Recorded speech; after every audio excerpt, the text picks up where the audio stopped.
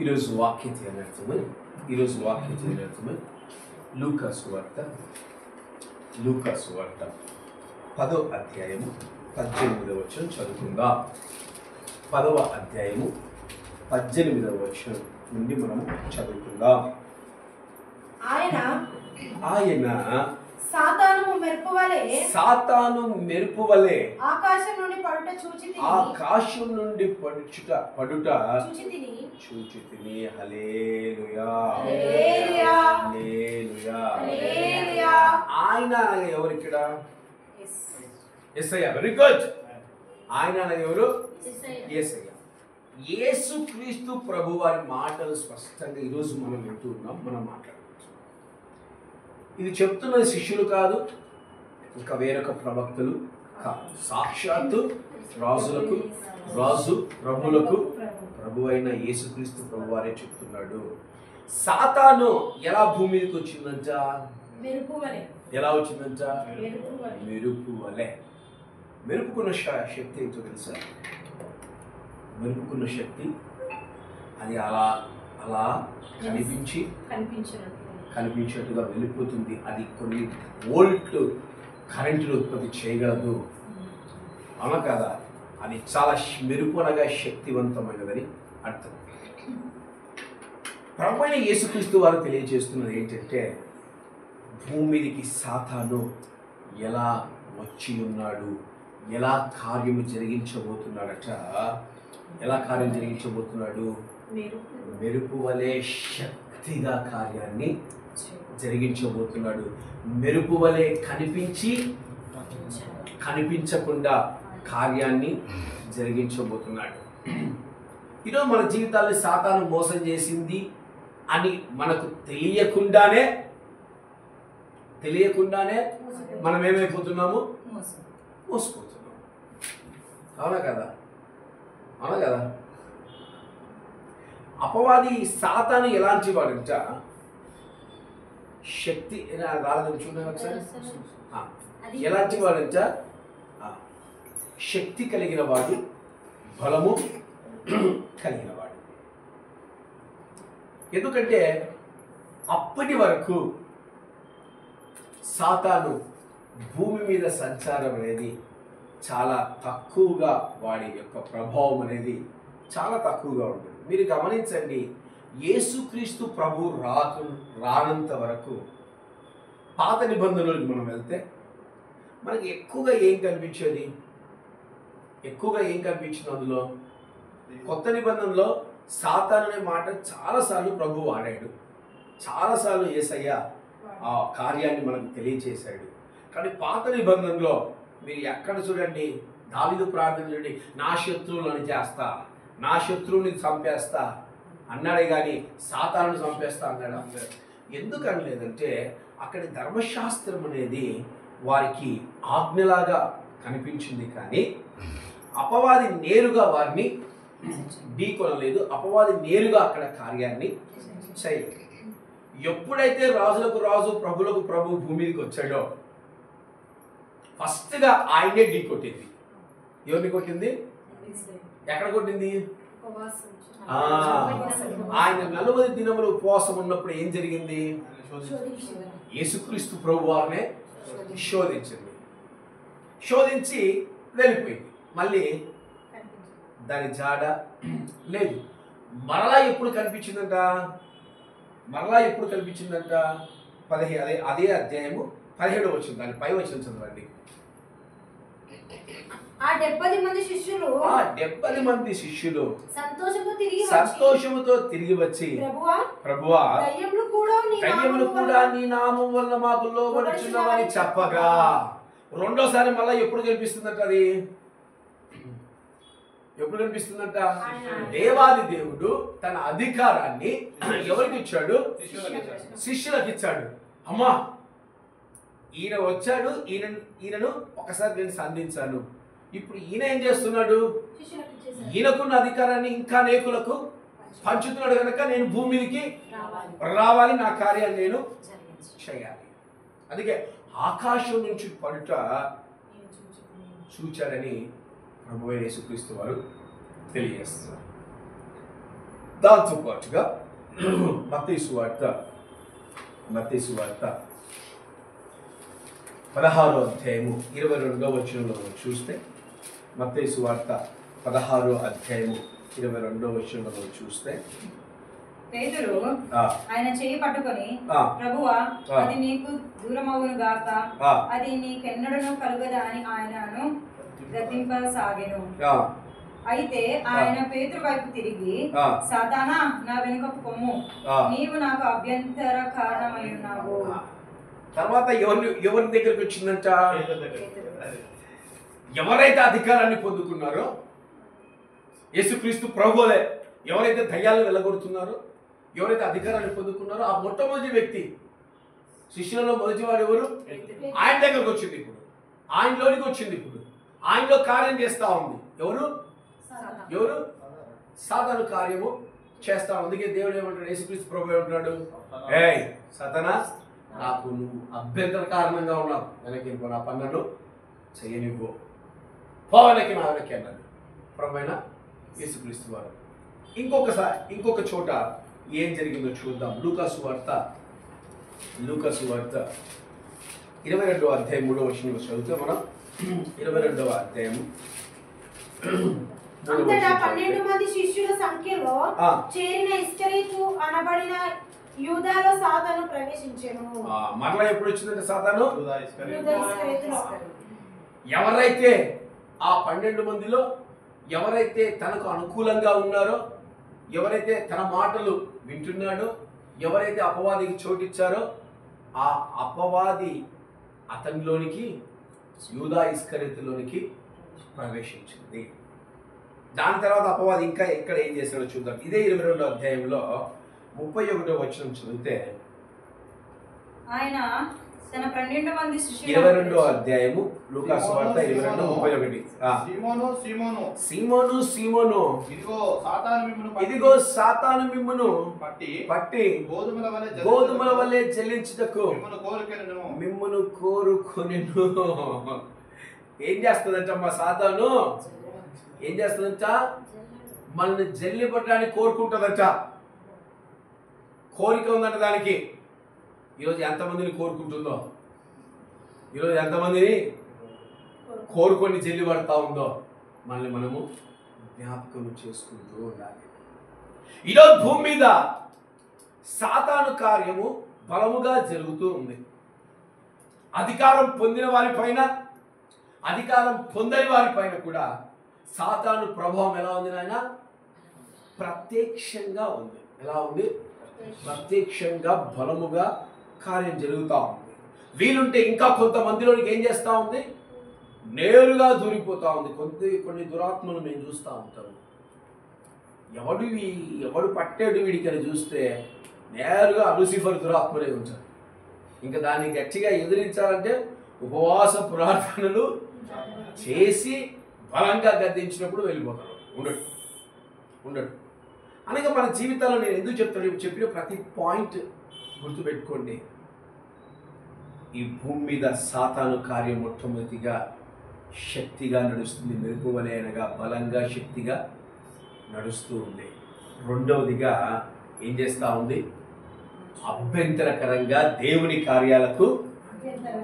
కార్యాలకు ఎలా పనిచేస్తూ ఉంది? అభ్యంతరకరంగా పనిచేస్తూ ఉంది. మూడవదిగా మనలోనికి ఎవరైతే అపవాదికి చోటిస్తారో వారిలోనికి పూర్తిగా ప్రవేశిస్తూ వారిని దేవునికి పూర్తిగా దూరం చేస్తూ నరకానికి పాత్రులుగా చేస్తూ ఉంది. నాలుగవదిగా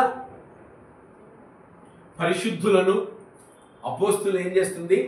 శోధిస్తూ ఉంది. జల్లడబట్టడం అంటే ఏంటి? జల్లడబట్టడం అంటే ఏంటమ్మా? శోధించటము. ఐదవదిగా చూస్తే లూకాసు వార్త 8వ అధ్యాయము 12వ వచనం చూస్తే, లూకాసు వార్త 8వ అధ్యాయము 12వ వచనము చూస్తే, 12వ వచనము,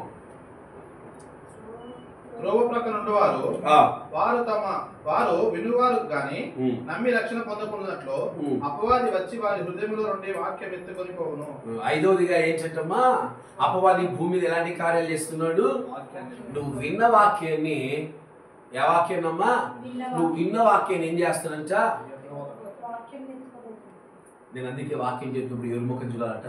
నువ్వు బైబిల్ ముఖం ఎప్పుడు చూడు. వాక్యం చెప్పు చదవన్నప్పుడు చదివి ఎప్పుడు ఎవరి ముఖం చూడాలా?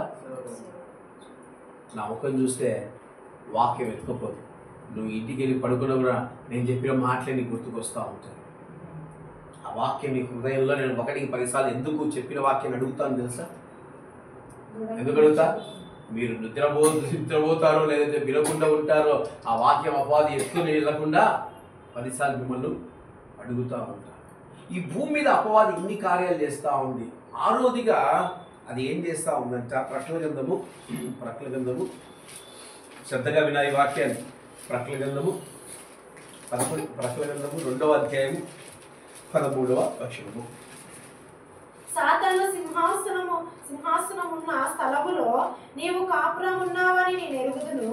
మరియు సాతాను కాపురం ఉన్న ఆ స్థలములో నా యందు విశ్వాసి ఉండి నన్ను గురించి సాక్షి అయిన అంతిప అనువాడు మీ మధ్యన చంపబడిన దినములలో నీవు నా నామమున గట్టిగా చేపట్టి నా అందరి విశ్వాసమును విసర్జించలేదని నేను ఎరుగుదును. చాలు. ఆరోదిగా సాతాను ఏం చేసుకుంటున్నాడంట? భూమి మీద ఏం చేశాడంట? వాడి సింహాసనాన్ని ఏర్పాటు చేసుకుంటున్నాడు. మన స్కూల్కి వెళ్ళినప్పుడు మనకు ఒక సింహాసనం ఉంటుంది. ఉంటుందా ఉండదా? అంటే మన కొరకు ఒక సీట్ ఉంటుంది. ఆ సీట్లో నుంచి కూర్చుంటే ఏం చేస్తాం? ఇది నాదే టీచర్, నా సీట్లో కూర్చోండి. పక్కన కూర్చోండి, నా సీటు. ఈరోజు పరలోకమందు దేవునికి ఎలాగైతే సింహాసనం ఉందో అపవాదికి కూడా భూమి యందు కూడా ఏముందంటే ఇప్పుడు సింహాసనం ఒక స్థలం ఉందంట. ఆ స్థలంలో సింహాసనాన్ని వేసుకుంటూ ఉందంట.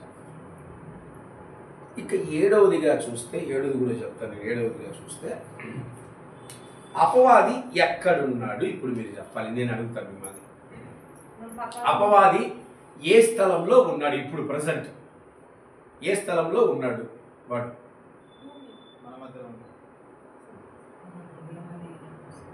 ఏ స్థలంలో వాడు ఉండి తన కార్యకలాపాలని చేస్తున్నాడు? Very good. చెప్పండి ఒకసారి.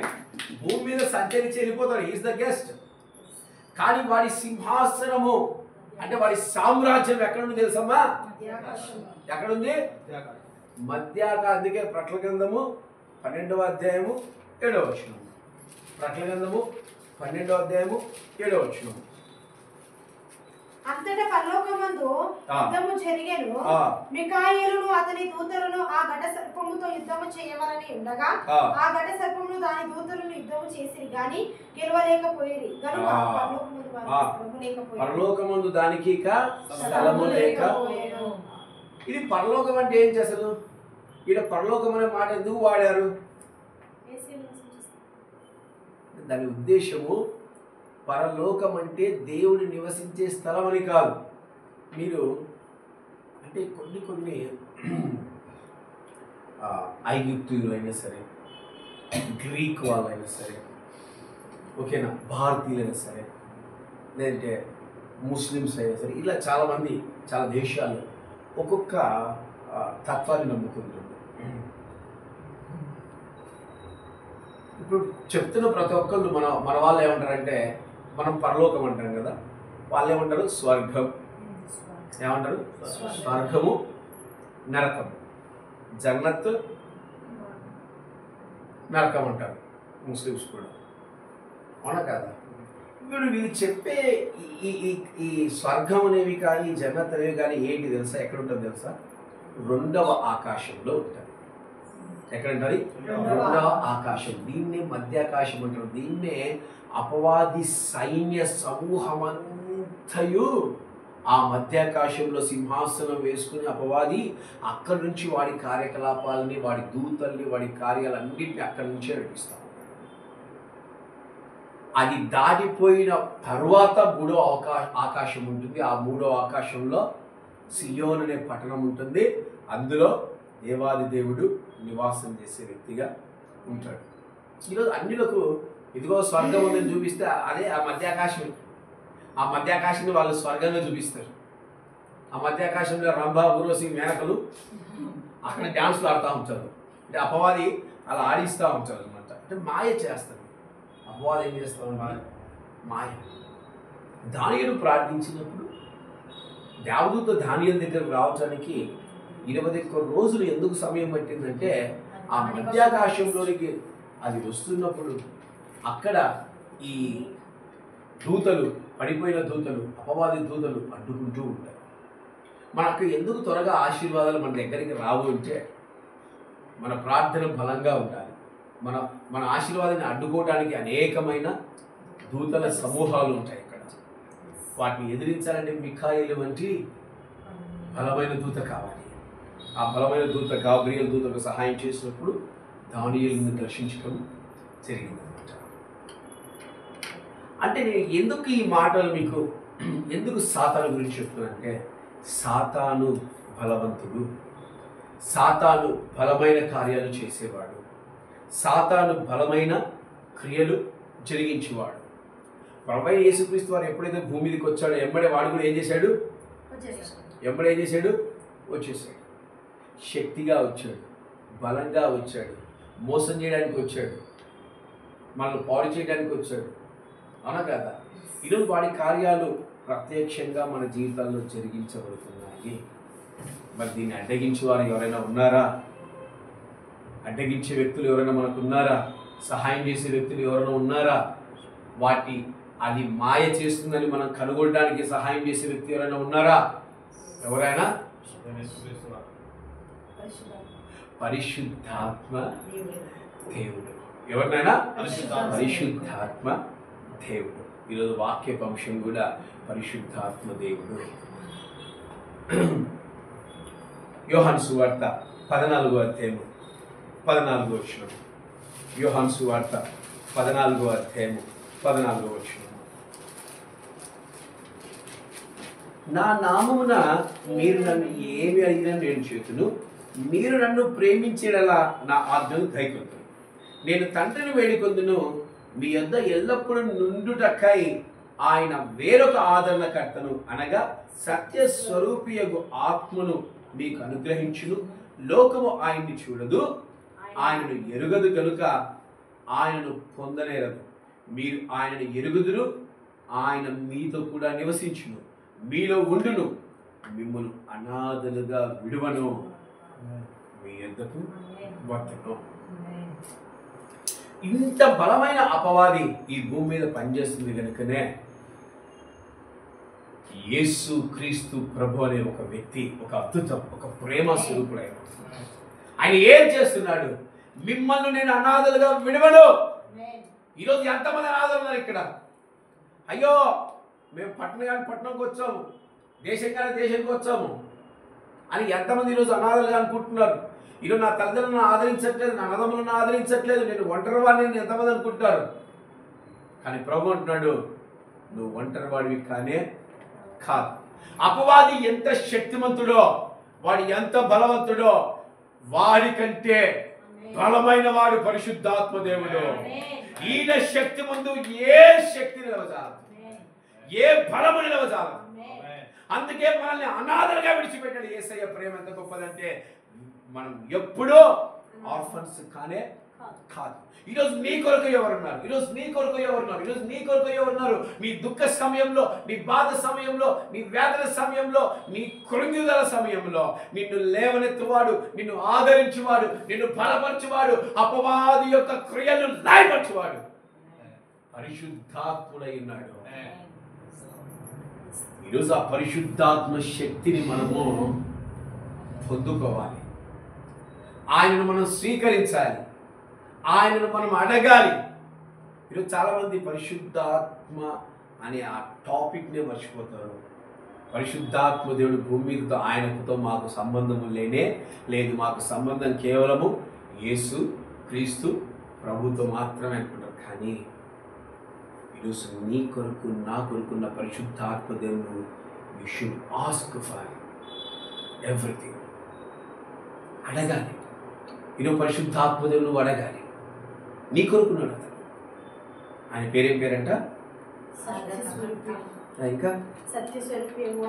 ఇంకా మొదటి మాట ఏంటి చెప్పండి? ఆదరణకర్తయు. ఈరోజు ఆదరణకర్త ఎవరు? ఎవరండి ఆయన? ఆదరణ.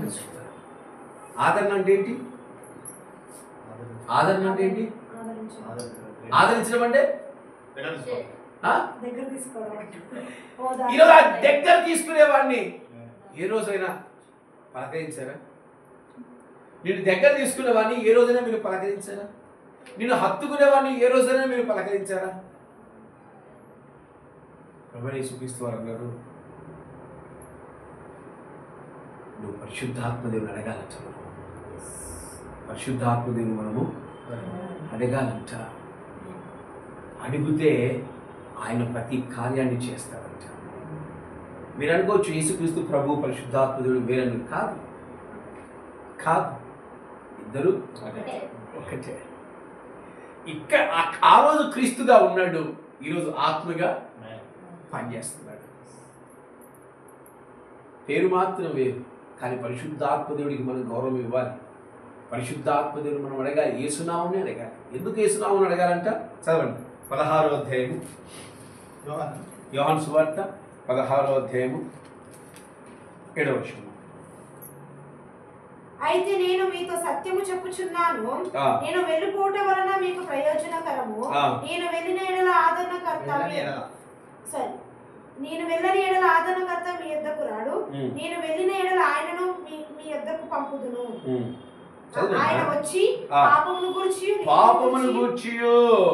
ఈరోజు నీవు పాపం చేస్తున్నావని నీకు ఎలా తెలుస్తుంది?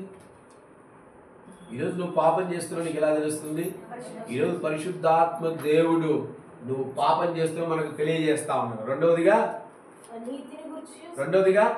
నీతిని గూర్చియు. ఇలా గుర్చుగా నీతి, దేవుడి క్రీస్తు నీతిని గూర్చియు. మూడవదిగా తీర్పును గూర్చియు లోకమునకు ఒప్పుకొనజేయును. లోకులు నా యందు విశ్వాసం ఉంచలేదు కనుక పాపమును గూర్చియు నేను తండ్రి యొద్దకు వెళ్ళుట వలన మీరిక నన్ను చూడరు గనుక నీతిని గూర్చియు ఈ లోక అధికారి తీర్పు పొంది ఉన్నాడు గనుక తీర్పును గూర్చియు ఒప్పుకొనజేయును. ఇక్కడ 13వ వచనం చూస్తే, అయితే ఆయన అనగా సత్యస్వరూపైన ఆత్మ వచ్చినప్పుడు మిమ్మల్ని సర్వసత్యంలోనికి నడిపించును. ఆయన తనంతట తానేమీ బోధింపక వేటిని వినునో వాటిని బోధించి సంభవింపబోవు సంగతులు మీకు తెలియజేయును. ఆయన నా వాటిలోనివి తీసుకుని మీకు తెలియజేయను గనుక నన్ను మహిమపరచును. ఈరోజు పరిశుద్ధాత్మదేవుడు ఏది తన సొంతంగా ఏ పని చేయడు. ప్రభువైన యేసుక్రీస్తు వారు నీకేది బోధించాడో అదే చెప్తాడు. నువ్వు ఎలా నడుచుకోవాలో అదే చెప్తాడు. నువ్వు పాపం చేస్తుంటే నిన్ను హెచ్చరిస్తాడు. నువ్వు తప్పుడు దారిలో పోతుంటే నిన్ను గద్దిస్తాడు. ఈరోజు ఆ బలమైన అపవాది సైన్యం నిన్ను తాకట్లేదంటే, నిన్ను పాడు చేయట్లేదంటే, నిన్ను పూర్తిగా లోకంలోకి తీసుకెళ్ళట్లేదంటే దానికి గల కారణం ఎవరు తెలుసా? ఒక మహాశక్తి, ఒక మహాబలము నీ చుట్టూ అగ్నిగా మండుచున్నది. మరణం నీకు సంభవించకుండా అగ్ని నీ చుట్టూ ఏం చేస్తా ఉంది? మండుతూ ఉన్నది. ఈరోజు ఇంకా నీవు ఆ లోకస్తుల వలె ఉండక ఈరోజు దేవుడి మందిరంలో ఎలా ఉండగలిగావు తెలుసా? పరిశుద్ధాత్మ దేవుడు మాత్రమే నేను ఇక్కడికి తీసుకొచ్చాను. పరిశుద్ధాత్మ దేవుడు మాత్రమే నిన్ను నడిపిస్తాడు. అందుకే ఇక్కడ కూడా ప్రభు గారు చెప్తున్నారు 25వ వచనం, 14వ అధ్యాయం 25వ వచనం, నేను మీ యొద్ద ఉండగానే ఈ మాటలు మీతో చెప్పి తిని ఆదరణకర్త అనగా తండ్రి నా నామమును పంపబో పరిశుద్ధాత్మ సమస్తమును మీకు బోధించి నేను మీతో చెప్పిన సంగతులన్నిటినీ మీకు జ్ఞాపకము. పరిశుద్ధాత్మ దేవుడు ఇప్పుడు ఏం చేస్తాడంట? ప్రతిదీ మనకు జ్ఞాపకం చేస్తాడు. ఏది సత్యము, ఏది అసత్యము, ఏది మంచిది, ఏది చెడు. పౌలు గారికి ఏం తెలుసండి? క్రీస్తు యొక్క కార్యాల గురించి. బర్నబాకి ఏం తెలుసండి? అపోస్తులకు ఏం తెలుసు క్రీస్తు యొక్క కార్యాల లోతుల గురించి? పరిశుద్ధాత్మ దేవుడు ఒక్కొక్కరిని వాడుకొని ఆయనే ప్రతీది మనకు బోధించాడు, ప్రతీది మనకి వివరించాడు. ఈరోజు నీవు అంతటి గొప్ప కార్యం చేసే పరిశుద్ధాత్మ దేవుడిని నిజంగా నీవు ఎలాంటి అనుభవాలతో నడుచుకుంటున్నావు, ఇలాంటి అనుభవాల గుండా వెళ్తావు. ఈరోజు అపవాది ఎన్ని బలమైన కార్యాలు చేస్తున్నా వాటిని ఎదిరించగలుగుతున్నావంటే కేవలం పరిశుద్ధాత్మ దేవుడి యొక్క శక్తిని బట్టి. ఈరోజు ఆ శక్తి నీవు అభిషేకంగా మార్చుకోవాలి. ఈరోజు నువ్వు అభిషేకించబడాలి. భూమి మీద నుంచి నువ్వు పరలోకానికి వెళ్ళాలంటే ఏం కావాలి? పరిశుద్ధాత్మ అభిషేకం కావాలి. నీటి యందు ఆత్మ యందు నువ్వు నూతనముగా జన్మించాలి. ఎంతమంది నీటి యందు జన్మించారు? ఎంతమంది జన్మించారు నీటి యందు? నీటి యందు అంటే బాప్తిసం అమ్మా. తల్లిగారు ఏదో అర్థం కాక నీటి యందు అంటే బాప్తిసం అని అర్థం.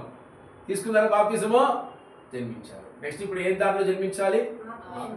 పరిశుద్ధాత్మలో మనం నూతనంగా జన్మించాలి. ఈరోజు ఎంతమంది పరిశుద్ధాత్మలో జన్మిస్తున్నారు? ఎంతమంది సత్యమైన మార్గాన్ని అనుసరిస్తున్నారు? ఎంతమంది సత్యమైన కార్యాలని చేసేవారిగా ఉంటున్నారు? ఒక్కసారి మీ హృదయాన్ని మీరు ఏం చేసుకోవాలి? పరిశీలన చేసుకోవాలి. ఈరోజు నీకు అధికారం ఇచ్చాడు దేవుడు. వీటిపైన పాములు తేళ్ల పైన వాటిని ఎత్తి పట్టుకునే అధికారం నీకు ప్రభు అనుగ్రహించాడు. ఈరోజు నువ్వు బలవంతుడు కానే కావు. ఈరోజు నువ్వు బలవంతుడివే, బలహీనుడివే కావు. నువ్వు బలవంతుడివి. ప్రభు నీకు శక్తినిచ్చాడు. ఆయన నామములో నువ్వు సమస్తము చేయగలవు. ఆయన నామంలో నువ్వు సమస్తము జరిగించగలవు. ఇప్పుడు నోయలు ఉన్నాడు. నోయలు వెళ్ళి నేను దయ్యం పట్టినోడిని విడిపించంటే నోయలు ఏం చేస్తాడు?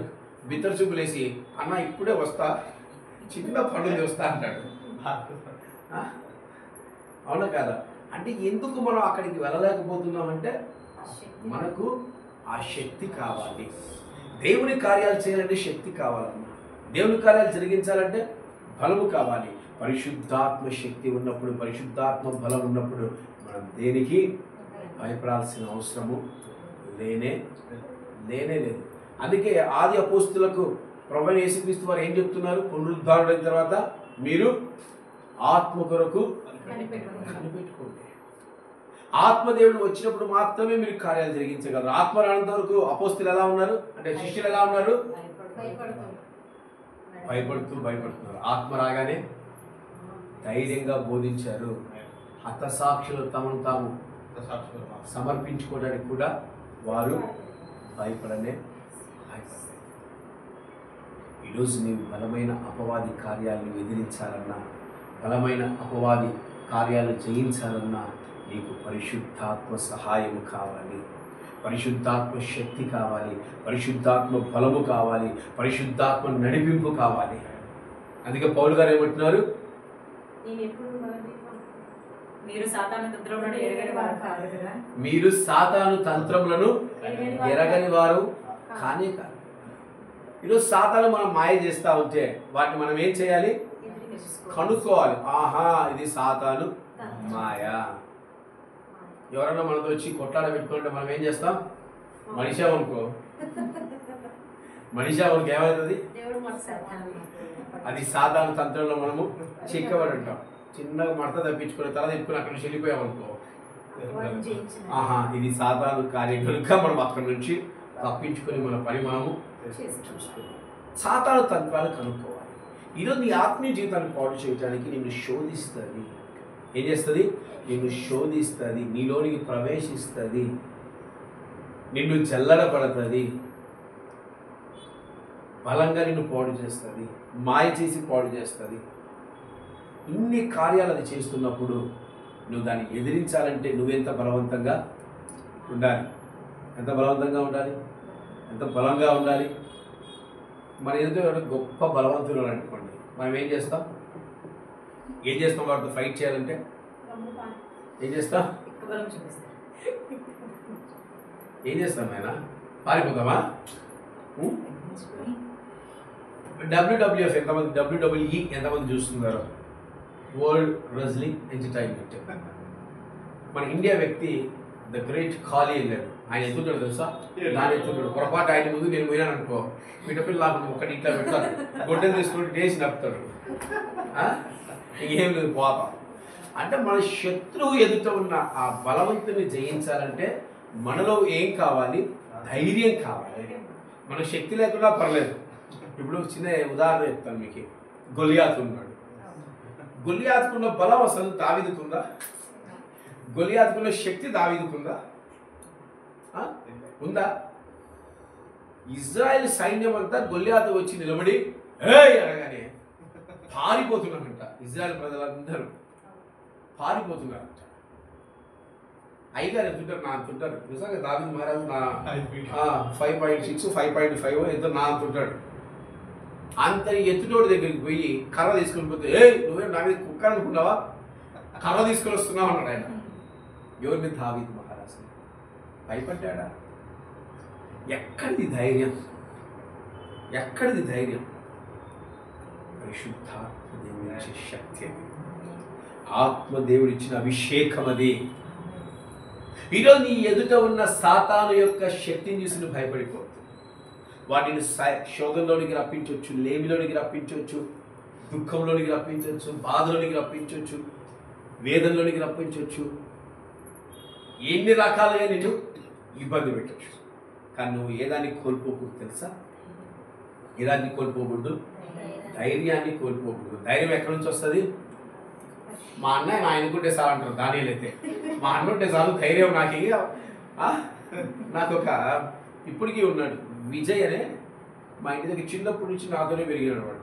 అన్న అన్న అన్న అంటే అప్పుడు మనం కొంచెం గట్టిగా తిరిగాం. లేదు దేవుని విశ్వసించినప్పుడు బాగా కొంచెం పొట్లాట్లు అట్లు కొంచెం గట్టిగా తిరిగాం. వాడు నా పక్కన ఉండేవాడు. వాడు అప్పుడు ఒక మాట చెప్తాడు, అన్న నువ్వు ఉంటే నువ్వేం కొట్టద్దు చేయొద్దు, నువ్వు ఉంటే అవతల ఎంత బలవంతులైనా సరే నేను పోయి కొట్టేస్తాను అంటాడు వాడు. ఎందుకు రాటే? నువ్వు ఉన్నావు కదా నాకు, నువ్వు ఉంటే నాకు ధైర్యం అన్నా అంటాడు. నువ్వు పరిశుద్ధాత్మ దేవుడు అనుకుంటాను. ఆయన ఉంటే మనం ధైర్యంగా కొట్లాడతాం, ఆయన ఉంటే మనం ధైర్యంగా ఫైట్ చేస్తాం. అట్టని పోయి రేపు ఎవరు కండలోడు వస్తే ఇట్లా మనిషిపోయి వాడిని కొట్టారు, నిన్ను నన్ను ముగ్గురిని పిండుతాడు.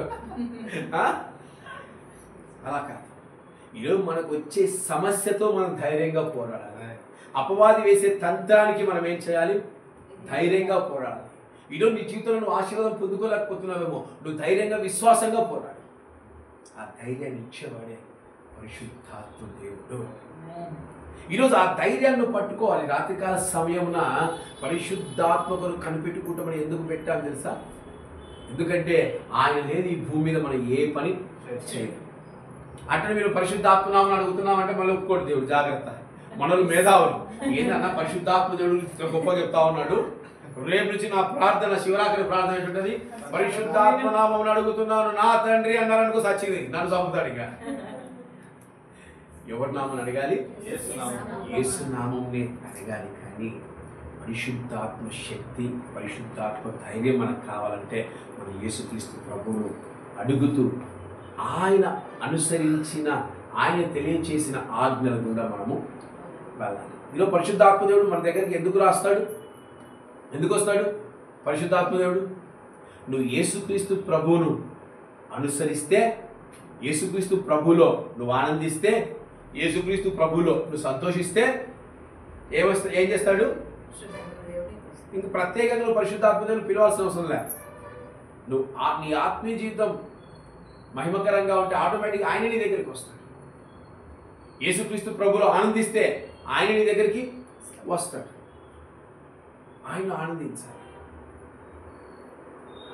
ఈ మధ్యాకాశాన్ని అంట మన దాటి, అంటే దేవుడు ఇచ్చే కొంతమంది వ్యక్తులు పరలోకానికి వెళ్ళారు, మూడో ఆకాశానికి వెళ్ళారు. మధ్యలో ఈ మధ్యాకాశం ఎదురైతే అసలు ఆ మధ్యాకాశంలో ఉండే భయంకరమైన ఆ కార్యాన్ని దాటి వెళ్ళాలంటే పరిశుద్ధాత్మ వెలుగు మనం ఆవరించాలంట. అది ఆవరించినప్పుడు ఏది మన దగ్గరికి రాదు. వారు ఇచ్చిన సాక్ష్యం ఏది మన దగ్గరికి రాదు. ఏది మన దగ్గరికి రాదు. ఈరోజు నువ్వు రహస్య రాకలు ఎత్తబడాలని పరిశుద్ధాత్మ ఆవరింపు నీకు కావాలి, అగ్ని నీకు కావాలి. ఈరోజు ఆయనతో పాటు నువ్వు ఎత్తబడాలి.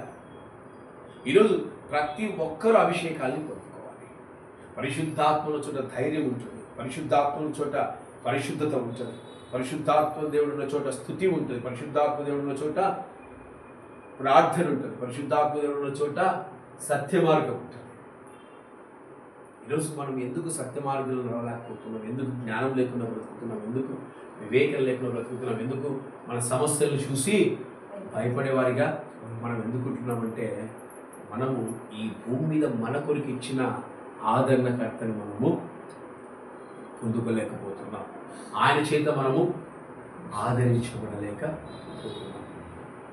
ఈరోజు ఆయన శక్తి ముందు, ఆయన బలం ముందు గుర్తుపెట్టుకోండి, పరిశుద్ధాత్మ అభిషేకం పొందిన వాళ్ళ దగ్గరికి కాదు, కిలోమీటర్ల దూరంలో ఉంటాడు వాడు. ఎవడు? అపవాది. ఈరోజు సేవకుల దగ్గరికి ఎందుకు రారు? అపవాది ఎందుకు రాడు సేవకుల దగ్గరికి? ఆ సేవకుడు వెనక ఎవరు ఉంటారు తెలుసా? ఎవరు ఉంటారు తెలుసా? పరిశుద్ధాత్మ.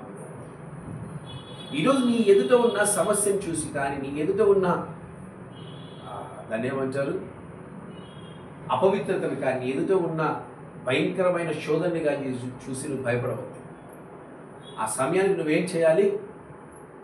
ఆదరణకర్తను పిలవండి. పరిశుద్ధాత్మ నాకు సహాయం చేయి, నేను భయపడను, నేను భయపడను, నేను భయపడను. ఈరోజు నీ జీవితం లేదా నువ్వు పొందుకోలేకపోతే భయపడద్దు, నువ్వు భయపడద్దు. ఈరోజు నువ్వు ఆత్మను పొందుకోలేక నువ్వు భయపడద్దు. నువ్వు సహాయం అడగాలి. ఎవరు సహాయం అడగాలి? పరిశుద్ధాత్మ దేవుడి సహాయం అడగాలి. ఈరోజు ఆయన ఉంటే మన జీవితాలు అద్భుతం.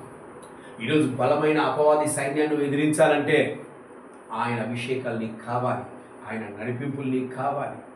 ఈరోజు ఇంతటి దావీదు అంతటి గొల్యాతును ఎదిరించగలిగాడంటే దానికి గల కారణము ఆయన పొందుకున్న అభిషేకం. దావీదుని ఎవరు అభిషేకించారు? తైలపు బుడ్డితో సమయలు అభిషేకించారు, అనగా ఆత్మాభిషేకం అని అర్థము. ఈరోజు నువ్వు కూడా ఆత్మాభిషేకాన్ని పొందుకోవాలి. నువ్వు ప్రతి దినము కనిపెట్టుకోవాలి, ప్రతి దినము కనిపెట్టుకోవాలి. ఈ భూమి మీద నువ్వు ఒంటరి వాడివి కానే కాదు. త్వరలో త్వరలో పరిశుద్ధాత్మ దేవుడు కూడా ఈ భూమిని వదిలి వెళ్ళిపోబోతున్నాడు. దాన్నే రహస్య రాకడ అంటారు. ఆయనతో పాటు ఎంతమంది పోతారు? ఆయనతో పాటు ఎంతమంది వెళ్తారు? ఒకే రోజు 2000 మంది, 2000 మంది 2000 మంది చనిపోయారట ఒకే రోజు. క్రైస్తవులు 2000 మంది చనిపోతే ఈ 2000 మందిలో ఎంతమంది తెలుసా పరలోక రాజ్యానికి వెళ్ళారు? క్రైస్తవులు ఎంతమంది వెళ్ళొచ్చు? 50 మంది మాత్రం పోయినట్టు. 1950 మంది, 50 మంది మాత్రమే. ఎందుకు ఈ 50 మంది పోయారంటే ఈ 50 మంది పరిశుద్ధాత్మ దేవుని అనుకున్నారు. ఈరోజు నీ ఆత్మీయ జీవితం ఎలా ఉంది? ఈరోజు క్రైస్తత్వం అంటేనే ఒక ప్రత్యేక పరిచయం. ఈరోజు నీ పైన ఎవరి ముద్ర ఉంది? ఎవరి ముద్ర ఉంది? ఈరోజు అందరికీ ఏదైనా మన పార్టీలకు జాయిన్ అయితే మనకు ఒక ముద్ర ఇస్తారు.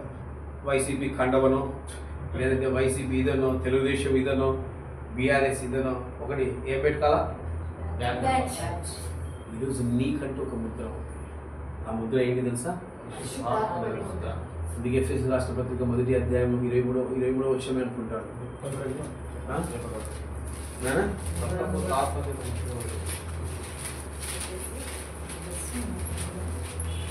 1వ అధ్యాయము 13వ వచనం. మీరును సత్యవాక్యమును అనగా మీ నిరీక్షణ సువార్తను విని క్రీస్తునందు విశ్వాసం ఉంచి వాగ్దానం చేయబడిన ఆత్మ చేత ముద్రింపబడితే మీకంటే ఒక ముద్ర ఉంది.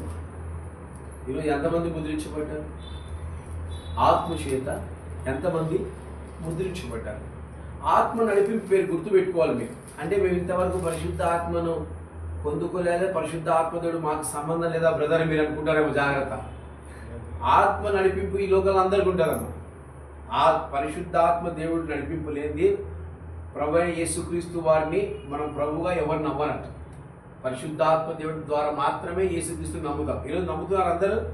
అంటే అందరికీ పరిశుద్ధాత్మ దేవుడు నడిపింపు ఉంటుంది, కానీ ఏం కావాలి తెలుసా? ఏం కావాలా? ముద్ర కావాలి. ఈరోజు ఎంతమందికి ముద్ర ఉంది? ఎంతమందికి ముద్ర ఉంది? యవ్వనస్తులు తమిళనాడు గురించి చాలామంది మన వేరే కుటుంబానికి వెళ్ళినప్పుడు వాళ్ళు తమిళనాడులో కాదు కానీ తమిళనాడులో ఒక 7 సంవత్సరాలు పరిచయం అంటే ఉండి వచ్చారు. వాళ్ళు అంటున్నారు, అబ్బా తమిళంలో స్థుతిస్తే ఆ స్థుతి చాలా బాగుంటుంది, తెలుగులో స్థుతిస్తే స్థుతి బాగుంటుంది అంటారు. వాళ్ళు చెప్పినారు అంటవరే అంటావు ఏసయ్యా అంట. నేను అంట ఆండవరు అన్న దేవుడే, ఏసైన దేవుడే అట్లా అనట్లేదు, ఎవరి ప్రాంతీయ విభేదాలు అనట్లేదు. ఏమంటారంటే తమిళ వాళ్ళు బాగా దేవుడిని స్థుతిస్తారు. నిజం. ఎందుకంటే నేను నమ్ముతాను. ఎందుకంటే దాన్ని వివరణ ఎందుకు ఇస్తానంటే చిన్న పిల్లలు, మన ఇంత పిల్లలు అన్య భాషలు మాట్లాడతారు. ఏం మాట్లాడతారు? అన్య భాషలు మాట్లాడతారు. ఈరోజు మన ఆంధ్రప్రదేశ్లో చాలా కొన్ని సంఘాలలో పిల్లలు అన్య భాషలు మాట్లాడే వాళ్ళు ఉన్నారు. మిగతా వాళ్ళు ఎవరూ లేరు, కొన్ని సంఘాల్లో మాత్రమే. కానీ తమిళనాడులో 80% చిన్నపిల్లలు అన్య భాషలు. నాకు అన్య భాష లేనప్పుడు వాళ్ళు బాగా మాట్లాడుతున్నారు చిన్నపిల్లలు. తమిళనాడులో ఏంజల్ టీవీలో చూస్తే వారు అన్య భాషలు మాట్లాడుతుంటే నేను సిగ్గుతో తల దించుకున్నాను. ఏది ప్రభు వాళ్ళు మాట్లాడుతున్నారు, నాకు లేదు అని. దాని అర్థం ఏంటి? వాళ్ళు పరిశుద్ధాత్మ ముద్రను ధరించుకున్నారు. ఈరోజు మనం ఎందుకు పరిశుద్ధాత్మ ముద్రను ధరించుకున్న వారంగా లేదు? ఈరోజు మన శత్రువు బలవంతుడైనప్పుడు మనం కూడా ఎలా ఉండాలి? బలవంతులుగా ఉండాలంటే ఏం చేయాలా? చిమ్ము చేయాలా? చిమ్ము చేయాలమ్మా? కాదు. ఏం చేయాలి? ఆత్మను పొందుకున్నప్పుడు బలముగా ఉండాలి. పాస్టర్ గారు సన్నగే ఉంటారు. పాస్టర్ గారి మీద 100 మంది వస్తారు కానీ ఒకటి చేయడు. ఎందుకు? ఆత్మ సంరక్షణ, ఆత్మ యొక్క నడిపింపత గట్టిగా ఉంటుంది. ఈరోజు నువ్వు ఎందుకు ఆత్మ అనుభవాల్లో లేకుండా జీవిస్తా ఉన్నావు?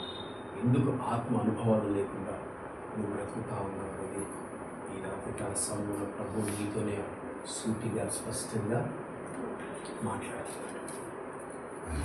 ఈరోజు నువ్వు క్రైస్తత్వంలో నడుస్తున్నావు అంటే పరిశుద్ధాత్మ అనుభవం కావాలి, పరిశుద్ధాత్మ అభిషేకం నీకు కావాలి.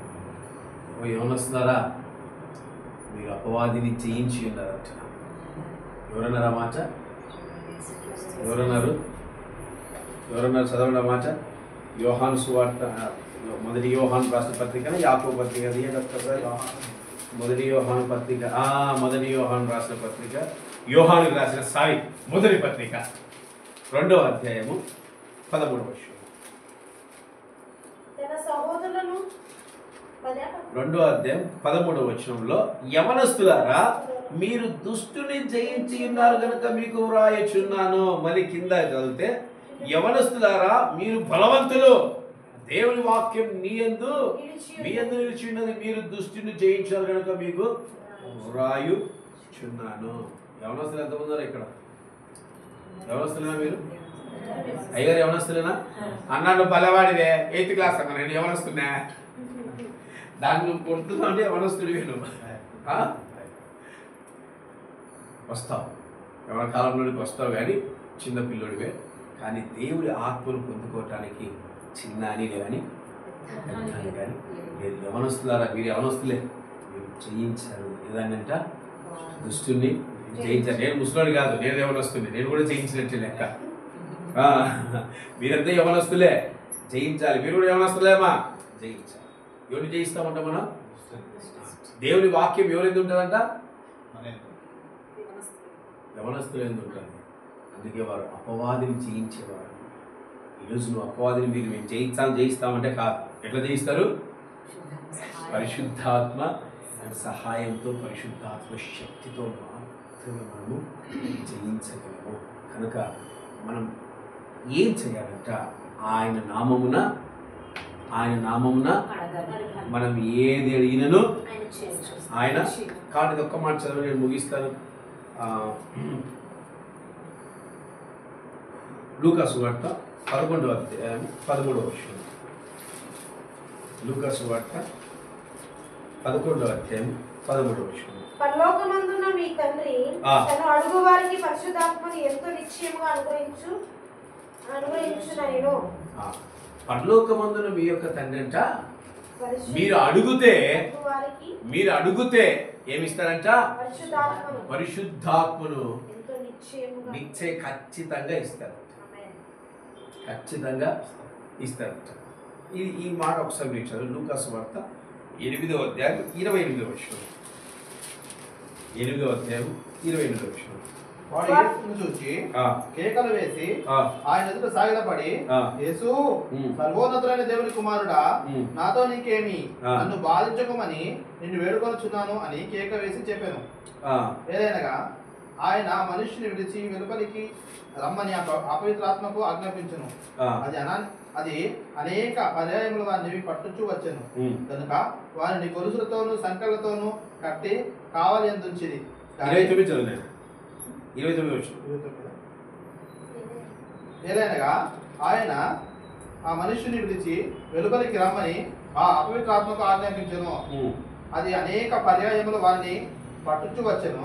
కనుక వారిని గొలుసులతోనూ సంకెళ్లతోనూ కట్టి కావలి ఎందుంచిది. కానీ వాడు ఆ బంధకములు తెంపగా దయ్యములు వారిని అడవిలోనికి తరుముకొని పోయెను.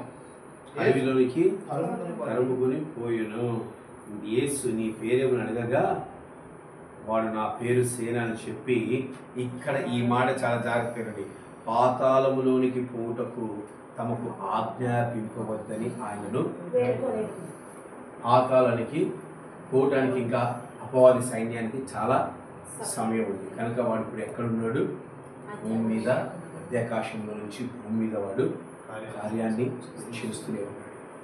ఈరోజు ప్రభు నోట ఎలాగైతే ఆయన పలుకుతున్నాడో ఈరోజు నువ్వు కూడా పలుకోవచ్చు. యేసు నామమున వెళ్ళిపో, యేసు నామమున తొలగిపో అంటే దేవుడు ఏం చేస్తాడు? తొలగిస్తాడు. ఈరోజు ఎంతమంది ఆయన వలె ఉన్నారు? ఎంతమంది ఆయన వలె అపవాది సైన్యానికి ఆజ్ఞ ఇచ్చేవారుగా ఉన్నారు? ఎంతమంది గద్దించేవారిగా ఉన్నారు? ఎంతమంది వదిలిచ్చేవారిగా ఉన్నారు? ఎంతమంది జయించేవారిగా ఉన్నారు? యేసుక్రీస్తు వలె మనం ఎందుకులే? ఆయన చేసినట్టు మనం ఎందుకు చేయలేం? ఆయన చేసినట్టు మనం ఎందుకు చేయలేం? ఆయన చేసినట్టు మనం ఎందుకు అపవాదిని గద్దించలేం? మనం ఇప్పుడు మనలో ప్రార్థన చేయండి, ఏస్తున్నామని గద్దిస్తామంటే దాంట్లో దురాత్మ ఇళ్ళలోకి వస్తుంది. ఉంది. పౌలు గారు ఒక చోట, ఎంతమంది గుర్తుంది? పౌలు గారు ఒక చోట ప్రార్థిస్తున్నప్పుడు దయ్యం సాక్ష్యం చెప్తా ఉంది. నేను క్రీస్తు యేసు ఎరుగుదును, ఆయన శిష్యుడైన పౌలు గారిని ఎరుగుదును, వీళ్ళనైతే నేను ఎరగను. కనుక వాళ్ళు ప్రార్థించినప్పుడు ఏం చేసిన ఈ దురాత్మలు, వీళ్ళలో ఉన్న దురాత్మ సేవకులోకి వెళ్ళిపోయి వాళ్ళు బట్టలు చించుకొని పారిపోయారు. అలా మనం ఉండకూడదు. అలా మనము ఉండకూడదు. మనం ప్రార్థిస్తే సమస్తము విడిచిపో. సమస్తం పైన దేవుడు నీకు ఏమి ఇస్తున్నాడమ్మా? మీరు భూలోకమందు దేన్ని బంధిస్తే, భూలోకమందు దేన్ని విడుదల చేస్తే, పొరపాటున కట్టారు తాళతో. ఎవరన్నా దేవా బంధించా తాళతో కట్టా, పరలోకంలో కట్టాను అడిగారు. నోయాలు కాటొద్దు నాయన. ప్రార్థనతో మీరు ఏది చేసినా దేవుడు అంగీకరిస్తారు. దేన్ని బంధించాలంటే దాన్ని బంధిస్తారంట, దేన్ని విడుదల చేయాలంటే దాన్ని విడుదల చేస్తారు. ఇంత అధికారం దేవుడు మనకి ఇస్తే దాన్ని ఎలా మనం పొందుకోవాలి? పరిశుద్ధాత్మ దేవుడి ద్వారా నీవు పొందుకోవాలి. ఇప్పుడు చెప్పండి, మన శత్రువు బలవంతుడా కాదా? బలవంతుడా కాదా? బలవంతుడే. అయినప్పటికీ వాడిని మనం జయించగలమా? జయించలేమా? ఎలా జయించగలము? పరిశుద్ధాత్మ అభిషేకం ఎప్పుడు వస్తుంది? యేసునామమున అడిగినప్పుడు. యేసునామమున మనం అడగాలంటే మనకేముండాలి? మనకే నిద్ర. యేసునామమున అడగాలంటే మనకేముండాలి? ఆత్మీయ జీవితం ఉండాలి. పాపం చేసినోడు యేసునామమున ఆత్మని ఇస్తాడా? యేసునామమున అడగాలంటే మనకేముండాలి? అంతటి ఆత్మీయ జీవితము మనకు ఉండాలి, అంతటి పరిశుద్ధత మనకు ఉండాలి, అంతటి సహవాసం మనకు ఉండాలి. మరి ఈరోజు నుంచి ఏసైతో సహవాసం చేస్తారా? ఏసైతో సహవాసం చేస్తే ఏమవుతుంది? సెకండ్ స్టెప్ ఏమొస్తుంది? అడగగలము. ఇప్పుడు అయ్యగారు చిన్న ఉదాహరణ చెప్తారు. అయ్యగారు 8th క్లాస్ చదివినా 8th క్లాస్ చదువుతున్నాడు. పాస్ అయితే ఏం చేస్తారు అయ్యగారు? 9th వెళ్ళే కథ వదిలిపెట్టండి. వాళ్ళ ఆయనకు ఒక 8th క్లాస్లో ఒక అర్జీ పెట్టింటాడు, నాకు స్కూటీ నాకు ఓన్గా కొనిస్తావా, నువ్వే తిప్పుతున్నావు, నాకు కాదు ఓన్గా కొనిస్తావా. సరే నువ్వు 9th క్లాస్ పాస్ గారా, నేను కొనిస్తా అన్నట్టు చెప్పుకుందాం. అంటే గిటార్ అడిగాడు అనుకోండి, ఫ్యాన్ అడిగాడు అనుకోండి, కొనిస్తాడని చెప్పాడు. అయ్యగారు పొరపాటు 8th ఫెయిల్ అయిపోయాడు. ఇప్పుడు అయ్యగారు అడిగితే ఏమంటాడు? ఏది దొరికితే అది ఏం చేస్తాడు? ఇంట్లో పరిగెత్తి ఈ చివరి దాకా పరిగెత్తుకుంటాడు. అంటే మనం ఏదైనా సరే మన తండ్రిని అడగాలంటే మనకి ఏముండాలి? అర్హత ఉండాలి. ఈరోజు నీవు క్రీస్తుని ఏదైనా అడగాలంటే నీకేం కావాలి? అర్హత కావాలి. అర్హత ఎలా వస్తుంది? నీవు క్రీస్తుతో నడిస్తే అర్హత వస్తుంది. అర్హత వచ్చినప్పుడు క్రీస్తు నువ్వు అడిగితే ఆయన ఏం చేస్తాడు? ఆత్మశక్తిని ఇస్తాడు, ఆత్మాభిషేకాన్ని ఇస్తాడు, పరిశుద్ధాత్మ శక్తిని ఇస్తాడు. పరిశుద్ధాత్మ శక్తి ద్వారా ఈ భూమి మీద నువ్వు సమస్తాన్ని చేయగలవు, సమస్తాన్ని జరిగించగలవు, సమస్తాన్ని బంధించగలవు, సమస్తాన్ని నడిపించగలవు, సమస్తాన్ని సఫలపరచగలవు. నువ్వు సాక్షాత్తు ప్రభువైన యేసుక్రీస్తు వారిని కూడా చూడగలవు. కనుక చివరాఖరికి యేసయ్య దగ్గరికి వచ్చిన పరిశుద్ధాత్మను పొందుకోవాలంటే మనం ఒక సపరేట్ అయిన నడిపింపు, సపరేట్ అయిన అభిషేకము, సపరేట్ అయిన పరిశుద్ధత అన్నీ మనకు ఉండాలి. ఈరోజు మనం పరిశుద్ధాత్మ అభిషేకాన్ని పొందుకోవాలంటే ఫస్ట్ మన అర్హత సంపాదించుకోవాలి. అర్హత ఎవరిస్తారు మనకి? ప్రభువైన యేసుక్రీస్తు వారు మనకు అర్హతను ఇస్తాడు. కనుక ప్రతి ఒక్కళ్ళు లేచి నిలబడి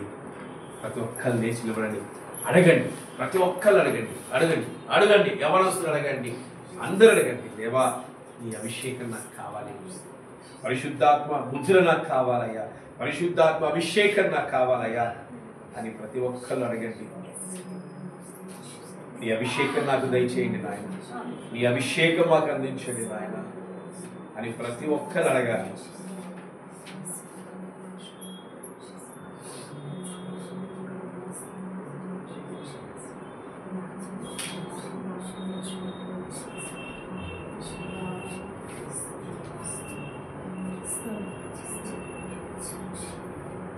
అడగాలి. ప్రతి ఒక్కరు నోళ్ళు తెరిచి అడిగితేనే మీకు అభిషేకాలు ఇస్తాడు దేవుడు, మీకు అర్హతనిస్తాడు, మీకు ముద్రనిస్తాడు, మిమ్మల్ని భగవంతులుగా మారుస్తాడు, గొప్ప కార్యాలు మీ ద్వారా జరిగిస్తాడు.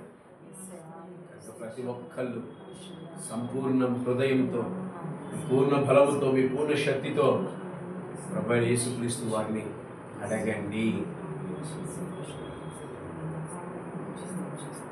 సౌలు లాంటి యవ్వనులు దమస్కు మార్గము వెళ్ళుచుండగా, సౌలు లాంటి యవ్వనులు దమస్కు మార్గము వెళ్ళుచుండగా, నీ దర్శనము వారికి సౌలు వలె మార్చుము, నీ దర్శనము వారికి సౌలు వలె మార్చుము, అజమినములయందు ఆత్మను మనుషుల